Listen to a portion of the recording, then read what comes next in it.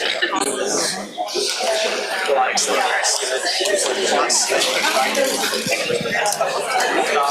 now locked on, but it's tiny little part as well. Hello. Hello, everyone. Good to see you again. We'll start by reading the land acknowledgement. Every community owes its existence and strength to the generations before them around the world who contributed their hopes, dreams, and energy into making the history that led to this moment. Truth and acknowledgement are critical in building respect, mutual respect, and connections across all barriers of heritage and difference. So we acknowledge the truth that's often buried. We're on the ancestral lands of the Piscataway people, who are the ancestral stewards of the sacred land. It's their historical responsibility to advocate for the four-legged, the winged, those that crawl, and those that swim. They remind us that clean air and pristine waterways are essential to all life. This land acknowledgement is a vocal reminder for each of us as two-leggeds to ensure our physical environment's in better condition than what we inherited for the health and prosperity of future generations. We also acknowledge that throughout our history, our universities not always lived up to our ideals of diversity, equity, and inclusion. And today we reaffirm our commitment to building and celebrating a multicultural community. So please take a moment to consider these many legacies of bias, prejudice, violence, and settlement that bring us here today. So welcome to our next installment in the spring lecture series. Thanks for coming. We've got a good one for you today, but before I introduce our special guests, I have some program notes that I want to go over. We are just a couple days away from the opening in the Keibel Gallery of building models, modeling buildings, rebuilding models. I should know that. Yeah, it does. It did for a while, and I forgot it in the moment. It's going to be an amazing exhibit. You guys have probably peeked in there. Our director of the Keibel Gallery, Lindsay May, has been working hard to get this up, and on Friday we will have the gallery opening. This is going to happen right after studio, and so please be aware of that. There's going to be food, music, a gallery talk, so please put that on your schedule and come out. It's going to be a good time. That's on Friday evening. The second thing I wanted to say is that for all the registered architects and AIA members in the room, you can sign up to receive continuing education credits. There's a sign-up list on the back wall over there, and there's a pen. Just sign your name there, and you'll receive credit for hanging out with Molly today. And so with that, I'll go into my introduction of our special guest. This is Molly Hunker. Molly's a designer, an educator, and the co-founder of the award-winning practice Sports with Greg Corso. Sports focuses on creating compelling spaces that are catalysts for social activities and connection. They engage the design, realization, and visualization of small interventions in the public realm. Sports is the recipient of a 2017 Architectural League Prize from the Architectural League of New York, the 2018 Young Architect Award from the Architects newspaper. They've been recognized in both 2017 and 2020 with the ACSA Faculty Design Award. Molly's also co-author, together with Kyle Miller, of the new book, Building Practice, which features interviews with 32 architecture and design professionals and firms that share observations about future modes of the professional practice of architecture. The book's especially interested in interrogating practice as a convergence of practical and theoretical forms of knowledge. Building Practice shares the first acts of an emerging generation of practices and identifies the peripheral yet pivotal aspects of building a practice today. It's an amazing book. If you hadn't had a chance to see it, I do recommend it, and we'll hear more about it today. Molly received a BA from Dartmouth College and an MArch from UCLA. She's taught architecture at a number of different institutions, including the University of Illinois at Chicago, where she was the inaugural Douglas A. Garofalo Fellow. And she's currently assistant professor at Syracuse University School of Architecture. So please join me in welcoming Molly Hunker.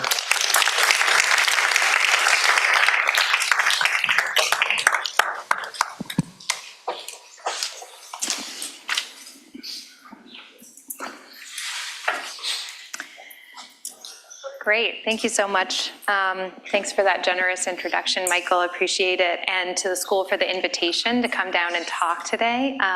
It's a real pleasure to be here. So I thought I'd start my talk today by first introducing the way that I personally practice, and then I'll zoom out a little bit to talk about a larger set of practices and kind of what we see happening in practice today. So I'm an educator and practitioner. I have a design practice called Sports, as Michael mentioned, with my partner Greg Corso, and I'm a faculty member at Syracuse University School of Architecture, where I've taught for the past 10 years. My academic position allows me substantial flexibility in my practice, and my academic research primarily plays out through the work of sports. So our practice, as Michael mentioned, aims to create compelling spaces that are catalysts for social activities and connection through the design, realization, and visualization of small interventions in the public realm. In the process of designing and building our work, we try to develop ideas that are simple, strongly related to community or context, and will amplify the desires and requirements for the projects into something fresh and unexpected that catalyzes the space and community in new ways. Ultimately, our work asks, how can the simplest thing actually have the biggest impact?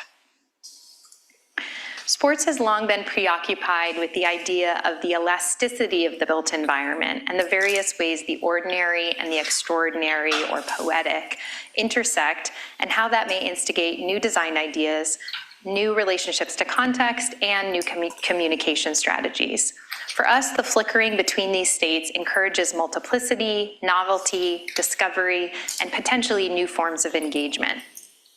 By leveraging a breadth of both physical and cultural conditions, our design projects hope to discover discrete but other uses of space, material, visual effects, and context. As James Wines notes, architecture and buildings can be fragmentary and ambiguous as opposed to conventionally functional and determinate. This notion yields a view of architecture that is more about possibility than it is about specificity. This is a rejection of the inertia of expectation, instead embracing possibility in favor of a more malleable form of operating. So like this image borrowed from Bernard Shumi's book, Red is Not a Color, where a church is a gymnasium, is a polling place, and these images where the skateboarder redefines his or her own context, re-envision what these urban elements are and how they perform, we feel that these notions of possibility and discovery are integral threads of contemporary architecture with which we want to work. In many cases, it's the context that defines the flickering. The definition of something may be malleable depending on its context, and that oscillation can yield certain effects: wonder, disbelief, even amusement. As designers, we can question how architecture might flicker between the serious and legible construct on the one hand, and the playful and witty proposition on the other. Part of this interest comes from a desire for engagement. While broadening the territory of design, we hope to simultaneously broaden the audience into something much more inclusive. So I got my MArch degree from UCLA, and in the early years of my career, I earned the opportunity to design and build 2 installations in Los Angeles and 1 in Chicago while I was working in other offices and starting to teach, which instigated my interest in how a project in the public realm engages an audience, as well as the real-world implication of architecture design and practice. My work since has been focused on 3 primary themes: design as an instrument for social connection and flexible use, modes of drawing, representation, and visualization, and alternative modes of design practice. So I'm going to go through a few recent projects in each of these categories to give you a sense of my approach. In the last few years, Sports has built numerous public interventions that leverage the possibility for simple, high-economy design gestures to have potent urban and community impacts. The work explores ideas of spatial, programmatic, and experiential flexibility, and asks how spaces might operate as public infrastructure that supports dynamic interpretation, co-authorship, and unprescribed activation by its users and community as a whole. In the process of developing our designs, we carefully consider relationship to context, visual effect, and expanded notions of function to create spaces and structures that aim to be both useful and beautiful to the people who use them. The projects I pursue in my practice have goals ranging from promoting social connection across different user groups, generating economic impact for struggling areas of a city, creating spaces to gather in challenging urban environments, providing arts programming access to underserved communities, among others. The projects are small, but their impacts are significant. So I'd like to talk about these 5 projects in a bit more detail.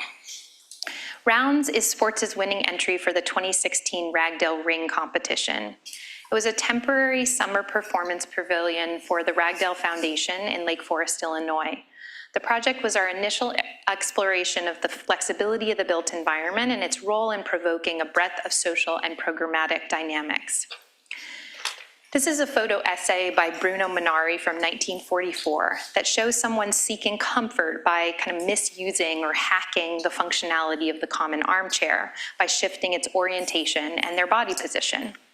Though he is making a functionalist argument here, the images also productively question the relationship between behavior and misbehavior as it relates to a particular function. To behave could be understood as someone using the furniture how it was meant to be used, and we might understand misbehavior as something that kind of celebrates the creativity or play of the user as it relates to use, translating functionalist into something much more elastic. And beyond the change of use suggested by such a clear orientation shift like that of the chair, we also considered the ideas of flexible use or cross-programming, like in this coffee table skirt by the fashion designer Hussein Chalayan. Here, there's an embedded alternate use waiting to be activated in such a case as one suddenly needs a new garment while lounging in the living room. Though in a different way than Munari's chair, this too suggests new use through alternate orientation. So if architecture can reinforce common behavior and be made increasingly efficient to host that behavior, and in turn, that alternate behavior can transgress architectural function, the varied and more elastic relationship between form and function, between space and activity, has the power to challenge our understanding of what is normal use of a space or object. As Shumi says, the assumption that good architecture is architecture that exactly fits functional needs doesn't necessarily lead to interesting buildings. So our pavilion project for the Ragdale Foundation blends these approaches together and looks at a specific form that is tied directly to specific ideas of function, yet no right way to use it. There's a weird elevated usefulness in the project that emerges out of its unspecified function, a kind of precise ambiguity or specific vagueness. The features within the overall form were specifically designed to the scale of the human body and the variety of ways in which the body can engage with the surface. Through its multiplicity of surface undulation sizes and lack of specific hierarchy, the project encouraged numerous performance types, performer-to-audience relationships, stage arrangements, and seating options. Various scaled undulations in the ring surface are all designed to provoke a multitude of ways in which the user could physically engage with the surface, as well as different ways to perform and/or view a performance.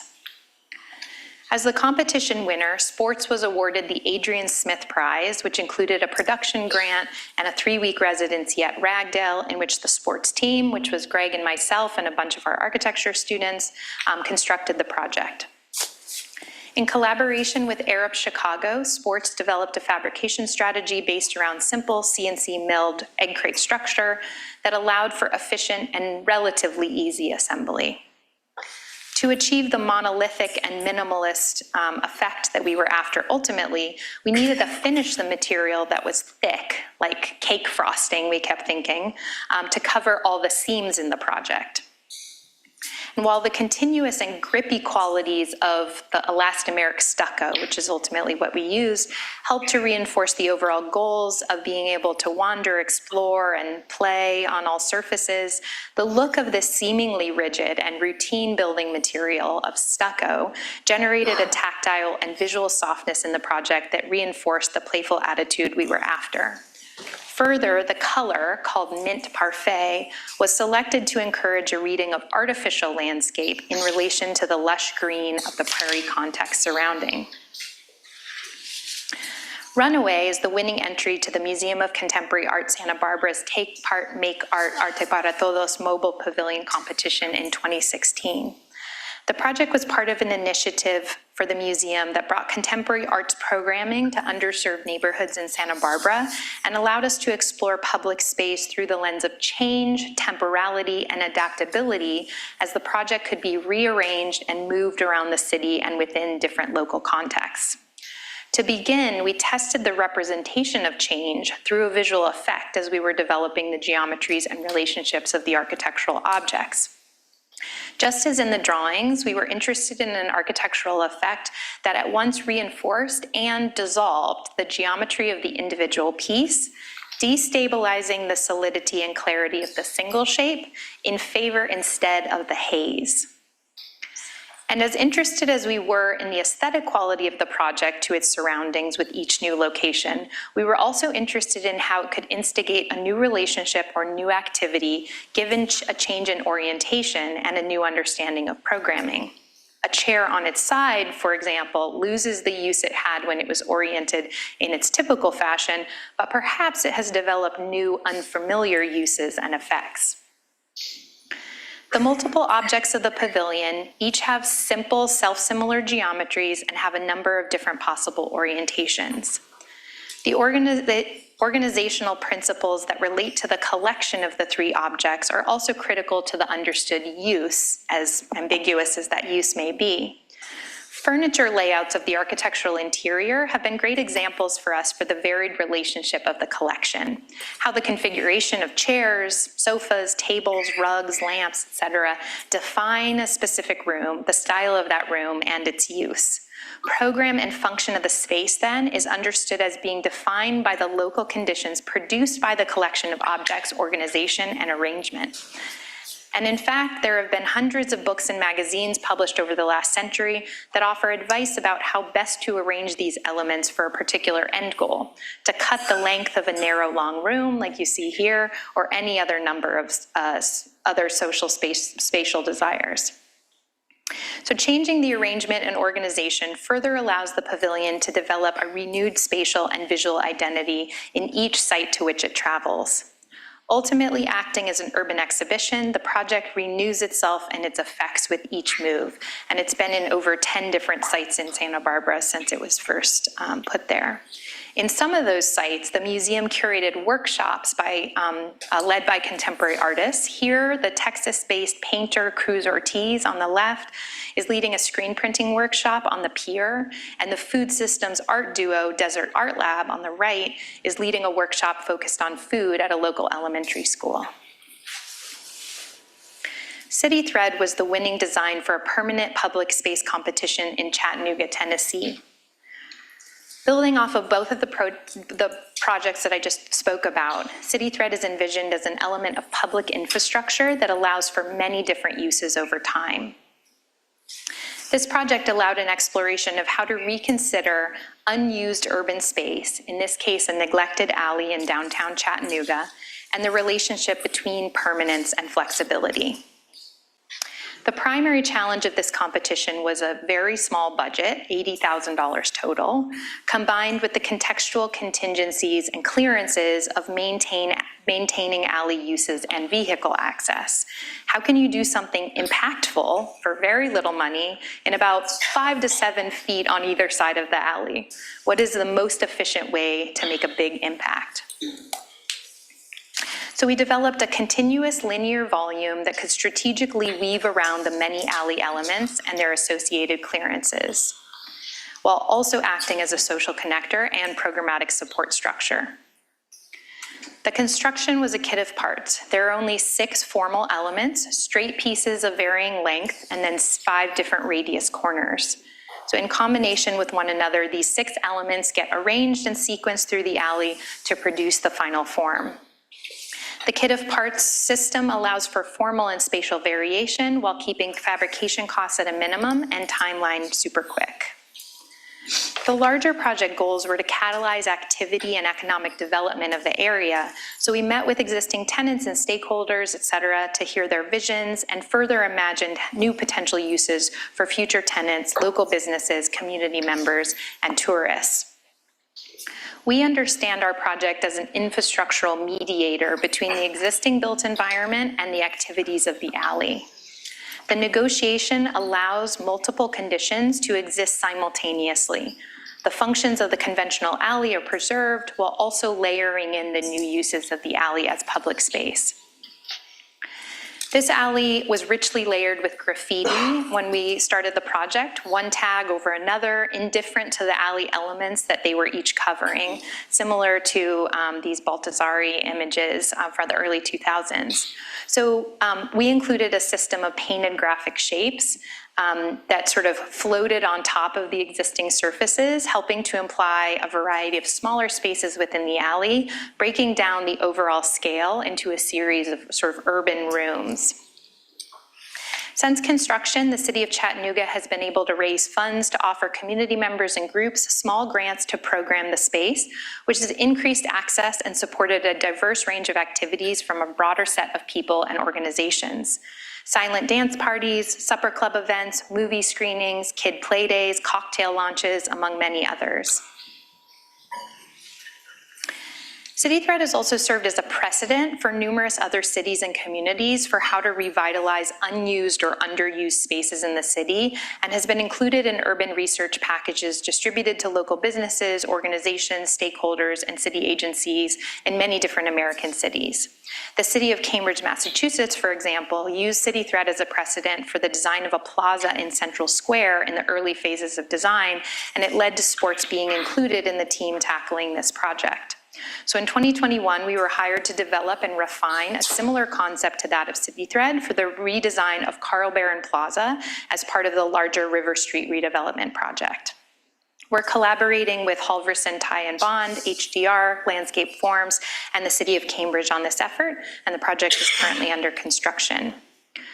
Our role in this project has been that of design consultant and collaborator. We were hired during schematic design to develop, redevelop, and refine the design of the overall form, design the seating system, help develop the lighting concept, and a number of other elements. We worked closely with landscape architect Brian Jarob from Halverson and engineer Jim Hargrove from Landscape Forms to develop the project from schematic to bid over the course of only a few months. This project is almost 20 times the budget of our CityThread project, and therefore gives us the opportunity to consider many new details and integrative systems. So lighting, power, benches, interactive platforms, a completely different way of structuring it and maintaining it, et cetera. The custom studio within Landscape Forms, called Studio 431, will be fabricating the project, and they recently completed a mock-up of this chunk that I went to assess in Kalamazoo, Michigan, where their headquarters is, a few months ago with the landscape architect, structural engineer, and general contractor. Another new layer of this project is that the structure will be treated with an artist-painted mural after installation. The artist Sophie Tuttle, who is a nature muralist based in Boston, has been selected through the RFQ process run by Cambridge Arts, which is the public art department of the City of Cambridge. And the overall project is scheduled to be completed spring of 2025, so stay tuned. Side Effects is our most recent public work and the culminating installation project for the University Design Research Fellowship for the 2022-2023 Exhibit Columbus cycle. Fellows were selected through an open national competition in 2022, and the winning fellows were matched with a site in downtown Columbus into which we would intervene. So our site was the Commons building, designed by Coder Kim, and allowed for an exploration of how to reactivate popular but underutilized spaces and design connections between different public space conditions. The design learns from two qualities of Columbus's special design legacy: the indoor-outdoor continuity deployed by modernist architectural design, which is what Columbus is really known for, and the high contrast patterns developed by Alexander Girard, a graphic designer who worked on numerous projects in Columbus, ultimately to strengthen the visual and social connection between indoor and outdoor spaces downtown, and to offer a new identity and use to the space near the Commons entrance. The project consists of two large, brightly colored and patterned shapes that conceptually cross through and therefore break down the boundary of interior and exterior to the north and south of the Commons main entrance on Washington Street. By connecting through the building facade, the project aims to create a continuous public space that simultaneously serves adjacent interior programs and exterior activities. 2D elements of the pattern create a spatial definition of the new informal public space while maintaining public right-of-way and accessibility. And 3D elements add interior and exterior seating and infrastructure to the commons entrance to support various activities and uses as the seasons change. Ultimately, Side Effects explores the potential for unique and contextually relevant architectural interventions to reframe and reimagine familiar spaces in the city and engage the public in new ways. So alongside the built work we produce through our practice, we interrogate the boundaries of architectural representation through exhibitions, small projects, and published writing. Our work in this area is critical of both the function of traditional architectural communication as well as the insularity of the discipline, and intends to investigate methods to allow for new readings of design work, as well as the potential for its broader cultural relevance and dissemination, ultimately expanding the territory and audience of design. Sports' contribution to drawing codes, an invited group exhibition and subsequent book, explored novel ways of drawing our City Thread project by not drawing the project itself, but rather depicting detailed graphic indexing of the constraints and parameters driving the project. Similarly, as one of the winning practices of the 2017 League Prize from the Arc League of New York, Sports produced an exhibition of 3 projects that tried to engage latent overlaps in the intentions of the designs themselves. So for the exhibition, we created 3 multi-layered model drawing hybrid artifacts of those projects, which consisted of a simple white physical model and a detailed layered drawing that included as much information about the project as possible: fabrication process, structure, circulation, programs, site, etc. In the Sports the Store representational project, which we developed for the 2017 One Night Stand LA exhibition, we re-envisioned our projects as pop culture representations: t-shirts, coffee mugs, toys, etc., to explore ideas of dissemination and communication in architecture. The toys we had developed for that exhibition promoted a new line of toys for an invitation from the A+D Museum for their 2018 Impermanent Collection exhibition / pop-up store. We're having a lot of fun in this moment. So those ideas were further explored through research papers and spurred a larger solo exhibition of our sports work that opened in 2022 at Kent State University, titled Same Difference. And this is the one that I want to talk a little bit further about. Since we work primarily in the public realm, Same Difference was interested in finding a representational analog to how members of the public engage with our projects. Among other things, design in the public realm is a story of collaboration and co-authorship. Of course, to get a project built in the public realm in the first place requires coordination and collaboration between designer, client, community, government, engineer, fabricator, and any other number of entities, each authoring some constraint and goal of the project. But even when the project is finally constructed and installed, new authors, each person who interacts with the space, define the ongoing use and service of the project as an element of public infrastructure. So Same Difference presents 4 of our public space projects through the lens of a group of 12 visual artists and writers from outside the discipline of architecture. We were interested in gathering a group of visual and non-visual artists who represented many different perspectives, mediums, and ways of thinking about the project.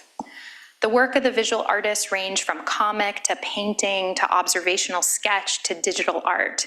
Each had very different styles, different ways of using color, different ways of using line, and varying interest in characters occupying their work or not. The writers we selected represented a similar range of approach and style. We worked with one sci-fi or futurist writer, one short story and memoir writer, one poet, and one urbanist and fiction writer. All artists, both visual and non-visual, were not given a specific directive, but rather were charged simply with representing the projects through their own reading and their unique medium. By kind of outsourcing this representation, the exhibition is intended to distill multiple parallel perspectives and narratives of the featured projects, both critical and celebratory, therefore disassociating it from any singular understanding of ours, the designers, toward something more pluralistic. For example, for the Project City thread, the artist Jose Figueroa, a Venezuelan-born San Francisco-based artist and high school art teacher, produced a really amazing 7-foot-long, visually saturated, messy, and exuberant childlike painting of people interacting in the space, and included annotation of conversations, thoughts, concepts, and themes of these interactions. While the artist Ana Galvan, a Spanish digital illustrator, depicted a 9-panel comic-like composition of shapes and 3D forms interacting with the geometry of the design structure. Though each of these two artists were representing the same project, the former emphasized the richness of everyday life inhabiting the project, while the latter focused on the geometric logics and formal qualities, each distilling and speculating on different qualities they saw in the project. Meanwhile, our Runaway project was interpreted by the LA-based educator and multimedia artist Mark Allen in a video piece. These are some stills from it.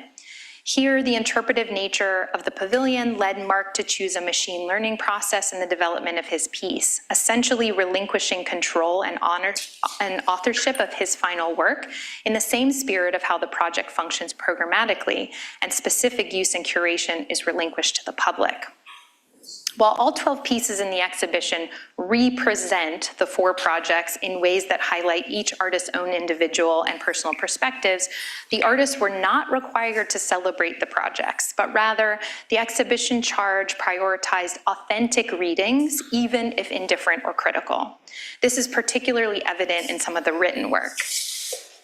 A poem by Vermont-based poet Rage Hezekiah depicts an emotional and personal moment of reflection overlaid on the atmospheric experience of the project Runaway. Written from the perspective of a woman on the cusp of an immense life change, the poem reads, "The men, quiet and focused, separated by bright forms holding court, electric metal, striated muscle, cyan, magenta, and gold punctuate a hazy sky.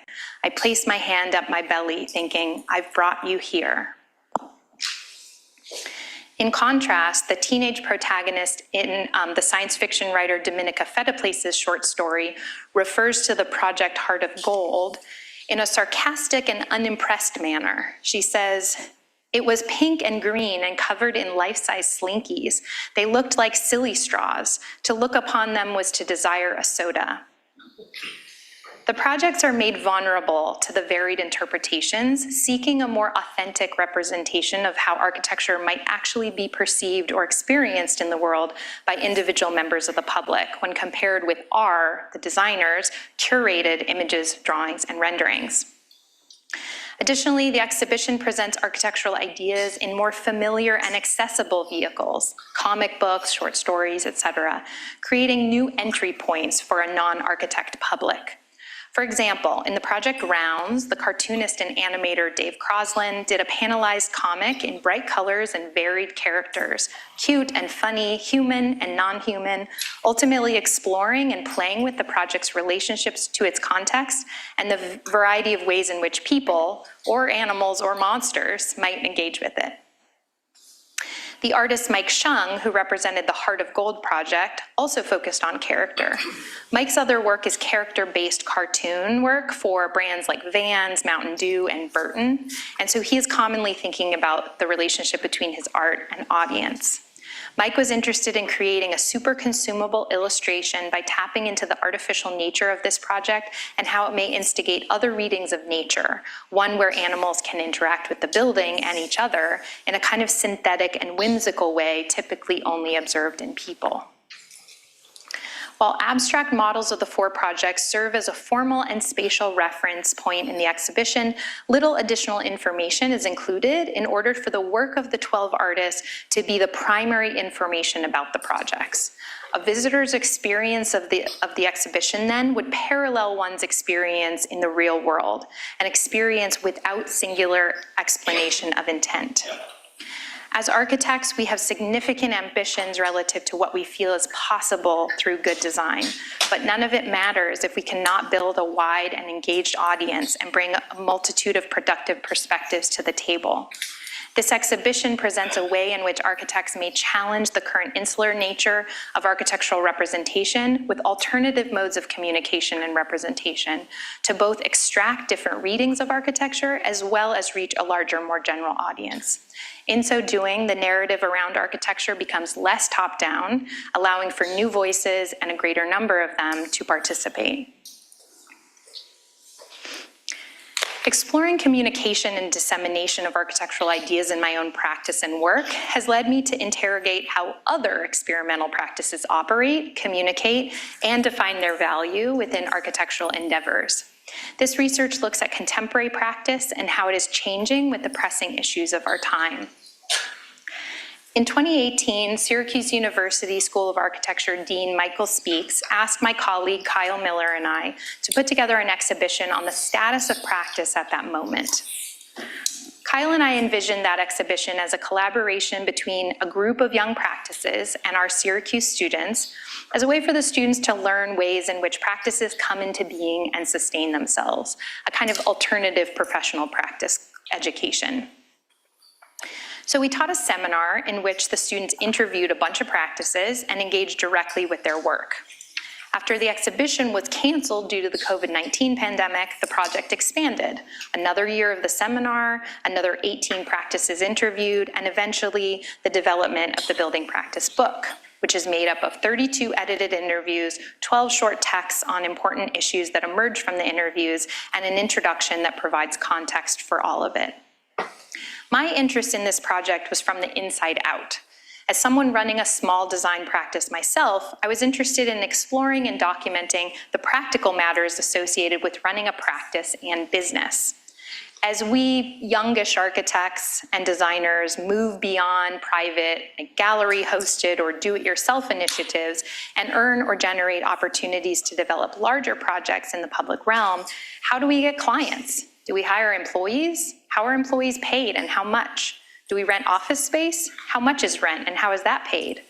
How are good contractors found in places we've never worked before? What happens to our practice when we become parents and have a sort of personal project competing for our time? These can be frustrating topics to work through. How are we supposed to be experts at design but also somehow know law, code, policy, marketing, promotion, among many other things, despite the small amount of professional practice preparation provided by a single required course in architecture school? Kyle's interest in this work is different. As a curator, critic, and convener, Kyle has long been interested and invested in larger trends in architecture, sort of ever-evolving situating of who the players are, what kind of work they do, how they came to be, and how they are changing in relation to those people and contexts around them. With his role in this project, Kyle was interested in trying to reveal how an act of beginning initiates a body of work that seeks to produce new forms of architectural knowledge through various modes of production, whether building, curating, designing, teaching, writing, etc. It offered him an opportunity not only to assess the meanings produced in the first acts of an amazing set of young designers and thinkers' careers, but also to openly speculate on subsequent actions and the limitations of these practices given the territories and themes they operate within and on. So a few minutes on what may have contributed to this generation's approach to participating in architecture, culture, and practice. Shrinking demand for new office and commercial space, rising building material costs, and a weakened housing sector effectively left the US without a market for architectural services during the global economic downturn of the late aughts. Those who chose to weather the storm ended up facing a decade of uncertainty and in most cases added responsibilities associated with teaching jobs to ensure a relatively stable source of income. Perhaps unexpectedly, these designers, because of their comfort with risk, as well as the privilege of practicing with a leisurely approach to finding commercial success, have positioned themselves among the most interesting individuals in architecture culture in the US today. Evidence for this includes both the imaginative aesthetic and formal territories they explore, as well as their ability to demonstrate the value of architecture in relation to today's most pressing societal concerns. On the front end of this coming-of-age period for these designers and thinkers, the status of the discipline of architecture was being called into question by leading scholars. The introspective endeavors of successive generations of architects entertain the possibility that architecture could be pursued as an autonomous project, with the expectation that their efforts would determine the conditions or output of the marketplace, not be determined by it. In a piece titled Transdisciplinarity, theorist Mark Linder provided insight into the reactionary endeavor of recuperating disciplinary identity. Finding this nostalgic turn equally as problematic as calls for interdisciplinarity that diminish the specificity of architectural knowledge, Linder offered transdisciplinarity as a third approach to advancing architectural production. He declared, transdisciplinarity scrutinizes architecture's appearance in the forms of other disciplines or in the spaces in between disciplines, but in no way abandons the specific modes of the architectural discipline. Ultimately, Linder called for a simultaneous intensification and expansion of architecture's tools, techniques, and technologies as a means of demonstrating the flexibility of the identity of architecture as a discipline and practice. The following years coincided with the wave of alternative forms of architectural production. A combination of the slow economic recovery and allure of advancing architectural production in academic environments resulted in a generation of architects who formulated new approaches to practice through research and teaching. Additionally, as much as the Great Recession sponsored alternative approaches to practice, a shift nearly 10 years later was equally dramatic and impactful. In 2017, with the inauguration of the 45th president and the administration's regressive and destructive policies towards climate change and social justice, a radical change in how individuals approach participating in architecture culture was initiated. The increased urgency with which architecture culture more broadly needed to confront broad societal issues encouraged a moment of self-reflection. For this still emerging generation of architects, this pivotal moment made evident that their participation in constructing a more inclusive and sustainable future was necessary. What followed, and what is captured in the book, was the development of approaches to practice that critically interrogate how architecture makes its appearance and seeks significance. The interviews in this book reveal strategies for linking practical and theoretical forms of knowledge and uncover how this generation is advancing speculative design through the culture and politics of building.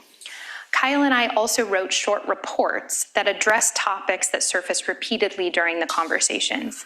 Each report aspires to convene aspects of the individual interviews, reveal significant findings with respect to each issue and how they shape the interviewees' approaches, and articulate the collaborative construction of unique and unprecedented forms of practice.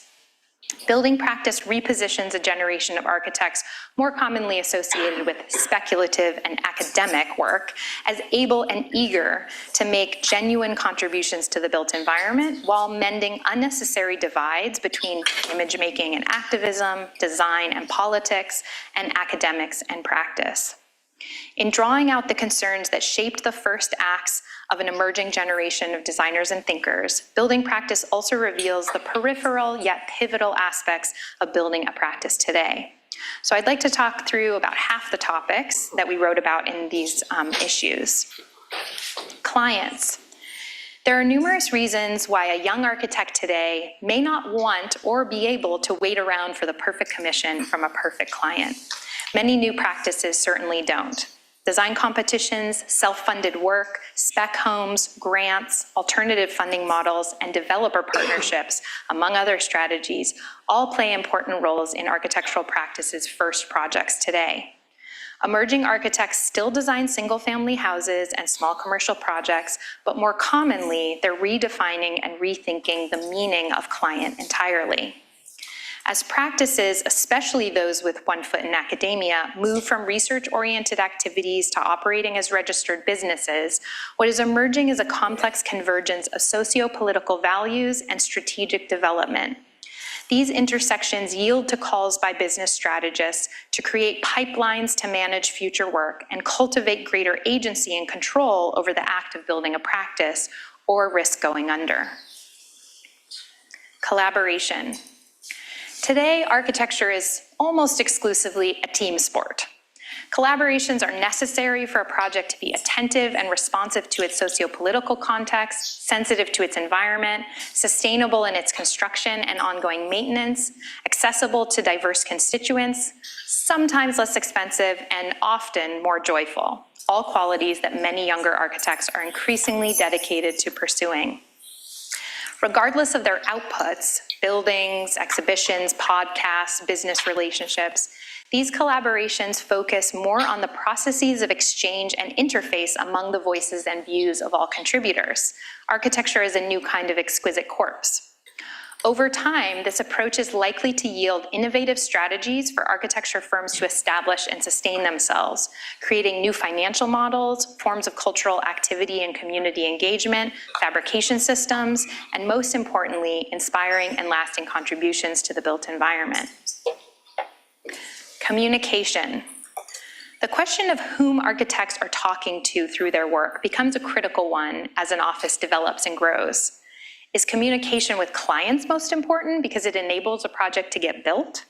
Or is the builder more important so that the project is executed with the highest possible level of craft and care? Or is it communication with the community so the project is most useful over the course of its life? When architects work in academia, they often feel a responsibility, or are required, to produce critical disciplinary knowledge. Yet few among an emerging generation of architects feel this is the most important responsibility they have related to communication today. Instead, most younger architects prioritize broader audiences. These architects are experimenting with representational types, methods for dialogue earlier in the process, and channels for dissemination that embrace and even leverage a more inclusive set of voices. They are talking to more people along the way to ensure the project is economically, intellectually, and physically accessible to more people in the end. Community. Many new architecture firms feel a sense of responsibility to build relationships based in trust so that a project truly supports the community it serves and contributes to positive change. But these efforts raise important questions. How does one even define the community of a project? Is it the group of people who live in or near the space an architect is designing or intervening in? Is it the group of people most affected by the project, and affected in what sense? Is it the client? Does it include the individuals building the project, the labor that brings it to fruition? Does the architect belong to the community? New frameworks for talking to people affected by a project in earlier phases, post-occupancy surveys and analysis, and active attempts to define collaboratively what success means may ultimately atomize the understanding of expertise and account for voices and perspectives that have not been heard and considered previously. Construction. Many new practices today are turning away from the high-tech and machine-driven and choosing off-the-shelf, local, or inexpensive materials and processes. Their projects are built using conventional assembly systems with regular materials and typical details, but the designs are anything but conventional, regular, or typical. These architects acknowledge the environmental impact of material extraction and waste, the economic and sociopolitical impact of labor systems, the expertise and intelligence of craft, and the power in partnering with a builder. This recognition sponsors an approach to construction that looks very little like approaches developed by previous generations. Doing more with less is a design and construction strategy that not only responds to larger environmental and societal issues, but also makes a positive impact on individuals involved in the project, including how a client lives their life or how a builder considers their craft. Finance. Earning supplemental income and building an identity through academic positions has long been the norm for experimentally oriented critical thinkers and designers, and that remains true today for emerging practices. But there are other modes of practice, like business strategy, community nonprofits, architects working as developers, and new venues, gift shops, podcasts, co-ops, that these individuals are exploring that will open up new territory for architects moving into the profession. More so than ever, it appears that many architects are exploring alternative manifestations of practice and business to develop projects that are equitable and value-driven. Beyond the financial models that practices are using to sustain themselves, some are also working within and developing new models for how others can access architecture, most of which take the form of co-ownership. Co-op housing, community land trust development projects, and nonprofit community initiatives aim at addressing architecture's economic inaccessibility and find collective labor ownership structures that allow for more people to be involved, ensuring financial viability for architects and clients alike.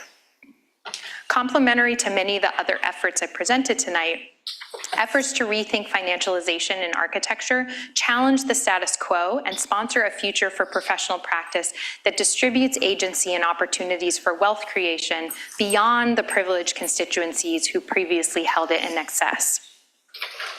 Ultimately, I think this project is about atomizing the idea of practice, that practice can be many different things to many different people and still be successful in terms defined by the practices themselves rather than the conventional world at large. Our students are increasingly less interested solely in conventional practices, like those that we may typically learn about in professional practice courses in architecture school, and this project hopes to show students many different pathways.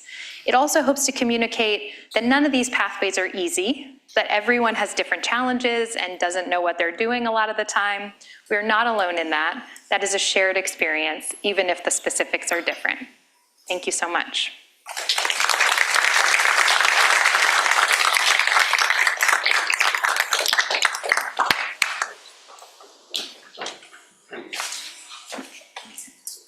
Certainly have time for questions. I'm happy to hand the mic over to anyone who wants to ask.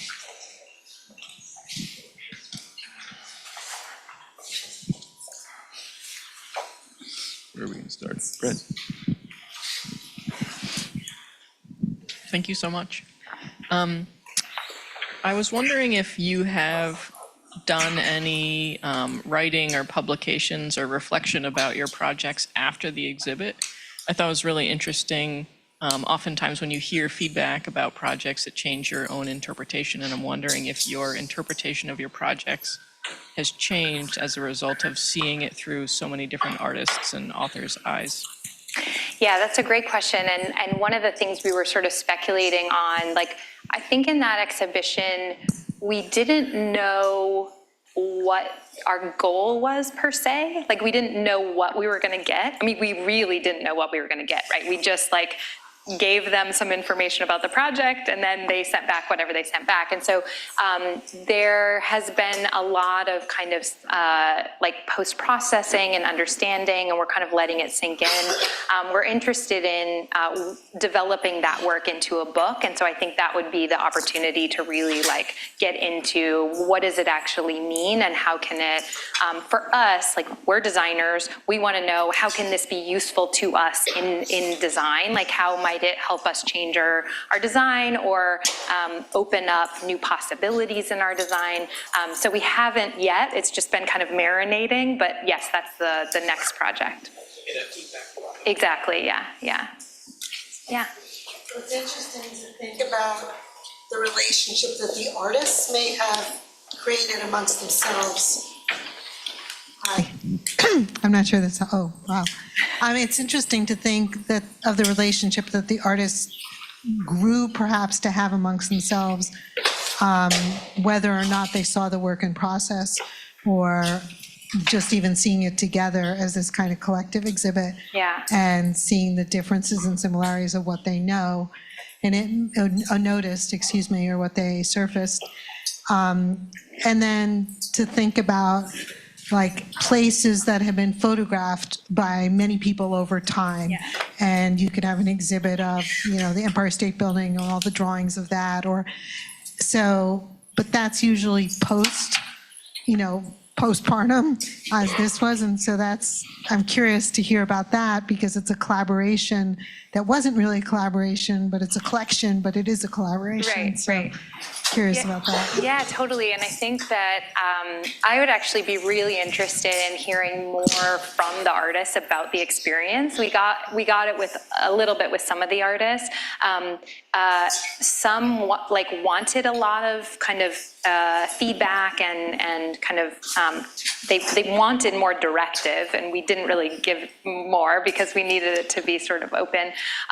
But a lot of it was really hands-off, and they even surprised, like some of them used this as an opportunity to explore or push their work in new ways. So like the city thread image that was the 7-foot-long thing, this is an artist who always works from direct observation and works in a very small sketchbook because it's what he can take with him everywhere.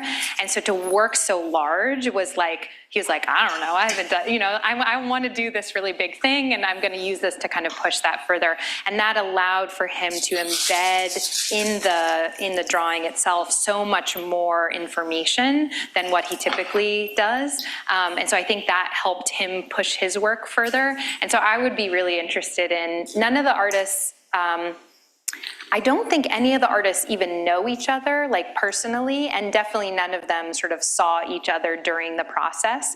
It was still it was the end of the pandemic, or I don't even know if the end of the pandemic is really a thing, but anyway, it was 2021. They were all isolated and they're kind of spread all over the world. So, but I'd be really interested in understanding their process. Yeah, as well. and I also think, my name is Renee, I'm teaching. As design educators, where part of our job is actually to create prompts for other people that are generative.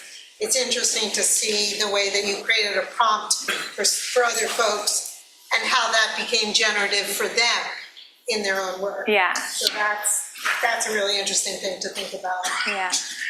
No, thanks for that observation. That's great. Hi.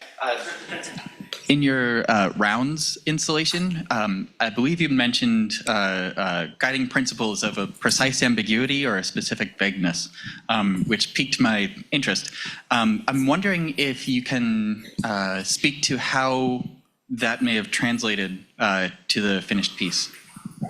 Yeah, so, the prompt for that project is a kind of pavilion that will support summer performances, sort of like Shakespeare in the Park type of scenario, right? So the Ragdale Foundation is an art residency foundation.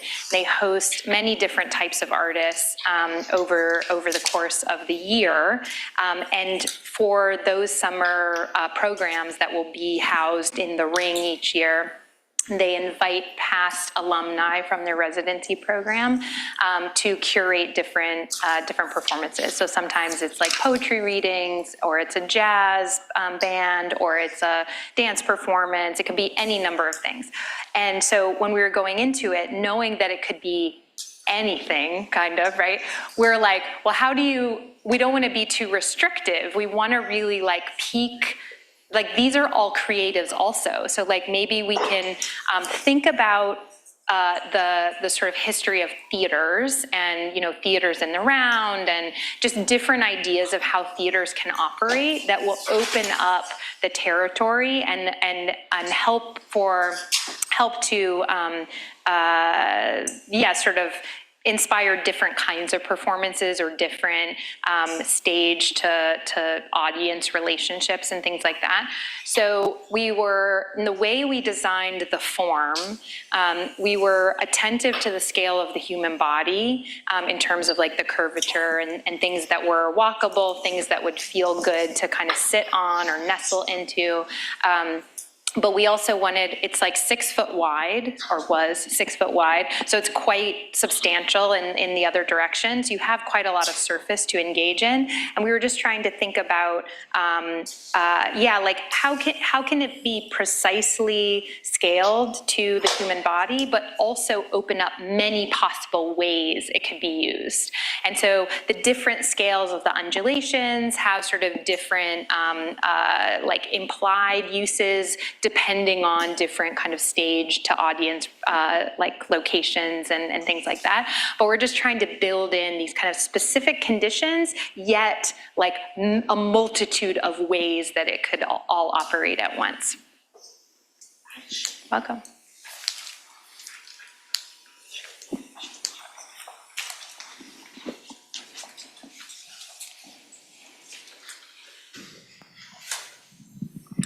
I really appreciate how you gave these artists the ability to truly just see and demonstrate what they see in your projects. And I know you talked about lived experiences and the honorability of letting people give you their perspective. So I was wondering how you approach creating an environment where people feel that they're able to truly express how they feel about a certain project or express what they think is successful or unsuccessful, and how you apply that to your design thinking.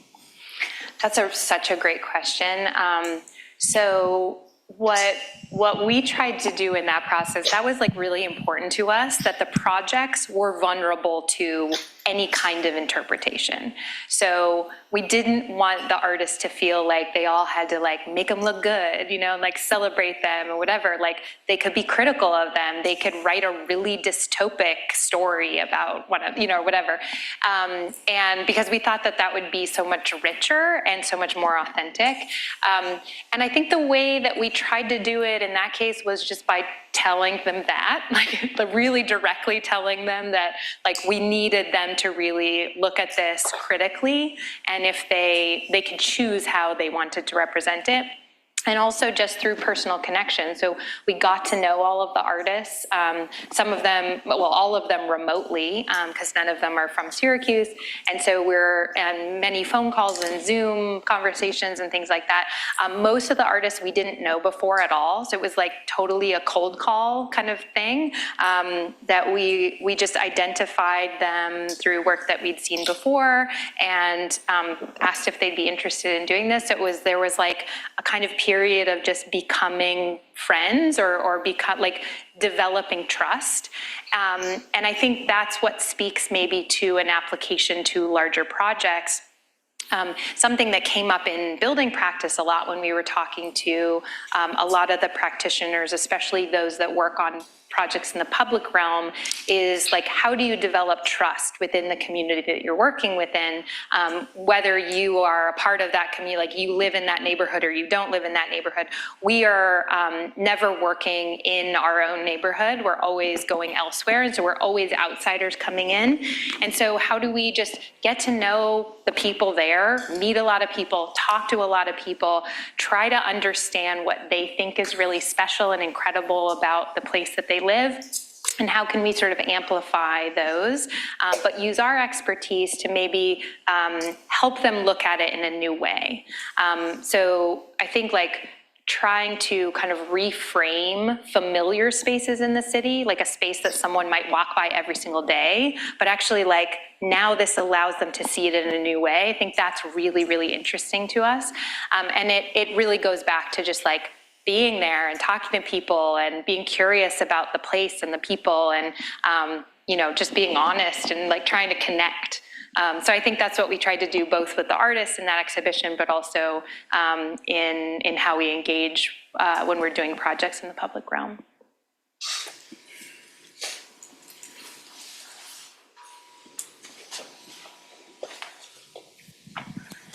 You just touched on it a little bit, but I was wondering what your guys' design process is like. Do you guys do mood boards? Do you deal with deadlines to keep the project moving? Is it very loose? Is it very tight? And like, do you have any advice for us students if we want to try to do something very creative, but we're worried about going too far or following the precedent too much and so on? Yeah. I think about this all the time, both as a designer and as an educator. So I'm like counseling students in that way, but I'm also thinking about how I work. How do we work? So we work usually, I'm going to get into like the really nuts and bolts of this. So when we're interested in a project, we almost exclusively work through design competition. So we're really looking at design competitions. We find, I think there's a lot of architects that find design competitions problematic, but we are not those. We think it's a really fruitful opportunity to just like explore ideas. And so what we find competitions, we seek out specific competitions where the goals of the project we share values with the goals of the project. So there are specific kind of efforts relative to the community, the city, social engagement, arts programming, et cetera. And the organizations involved in the project, we also want to kind of share values with them so that we're working with organizations who we like and respect. And once we find a competition, we just sit down and like sketch for a while, get a bunch of ideas out. Usually at this phase, it's just my partner Greg and I. Then we'll go to Rhino and work, kind of sketch in Rhino. So we'll just, develop a bunch of iterations of different ideas. So this is in a studio setting, this would be where your instructor asks for a bunch of design iterations. Like you need 3 iterations of your idea for, Friday's class or whatever. So we do that same thing. We look at a bunch of kind of different trajectories, and then we usually hone in on one and do the same thing over and over and over with that. One of the techniques that we find particularly fruitful is moving constantly between the digital environment and kind of a faster, like hand sketch situation. So we'll be developing something in Rhino, we'll print a bunch of screenshots of it, and then we'll draw over the screenshots. And I think this is one of the pieces of advice that I often give students, is you think about like where you're at relative to a review or a big deadline, and think about, is it more important, which of these 2 things is more important? Content development or kind of final representation? And that really tells you a lot of where you should spend your time. So if it's about content development, then it may be best to use your time through more expedient methods like hand sketching, doing quick digital sketches and then printing them out and then sketching and then moving back into the computer and back and forth and back and forth. Some of the stuff that we did today in the workshop, that like quick rapid fire, let's just test a bunch of things, let's explore possibilities. It's not about making a final refined drawing for your final presentation, it's about content development, right? It's about just generating ideas and exploring possibilities.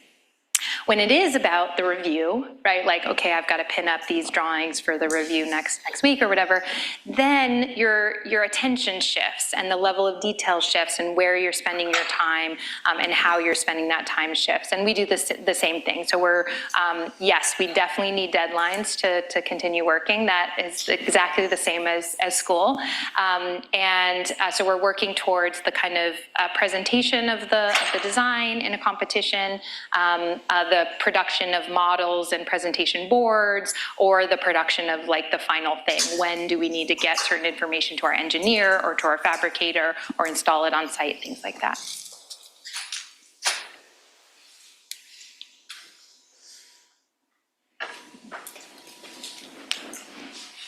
Hi, I really like the way you talked about finding different uses in all of your projects, and I was just curious on how you sort of play with ambiguity. Do you, in like each of your process, do you sort of just make something and see how the users use it, or do you start with some universal thing where they tend to understand and you sort of break it down from there? Mm-hmm. I think we think about what are potential uses we can imagine. So the little axon drawings that I had of the City Thread project, that was before the project was built, when we were just giving them an idea about potential uses we could imagine of that new public space in the city. So here is what it would be like with people sitting on it. Here is it as a stage for a performance. If you hung a projector screen, it could be a movie screening thing. It could do this, it could do this, it could do this. So it's just us exploring the possibilities. And so for any project that we're doing, we're not doing buildings that have maybe more specific constraints relative to functionality and program. We're doing these sort of public spaces that really have a lot of open-ended, the use is much more open, yet there are still specific things like seating, for example. It's really nice to have places to sit in a public space. So, okay, we want seating, but like, how might also people use it? Like, oh, it'd be cool if kids like feel like this is something they want to like explore explore and discover, right? So how do we start to kind of put those components in? And it's a lot of just testing and seeing what works and what doesn't work through the projects. But there is still that attention to the specificity that we were talking about earlier. That's really important to us, that like the way the body, whether it's like a kid's body or a grown-up's body, the way that we're engaging with a particular form or surface, that the scale of it is right, that the scale of it is attuned to those things so that it truly is something that will instigate those kinds of different uses and explorations.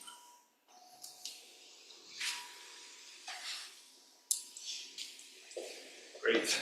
Thank you, Molly, for sharing your practice, sharing your perspective, sharing the perspective of an emerging generation of architects through your book. It's really fascinating. I also want to acknowledge that Molly spent a couple of hours in Architecture 402 today. I walked into the tail end of that and I saw a wall just awash in color. And so I could tell Molly was here. So thank you for spending time with our students and touching in that way. We really appreciate all of it. Thank you. Let's have a round of applause.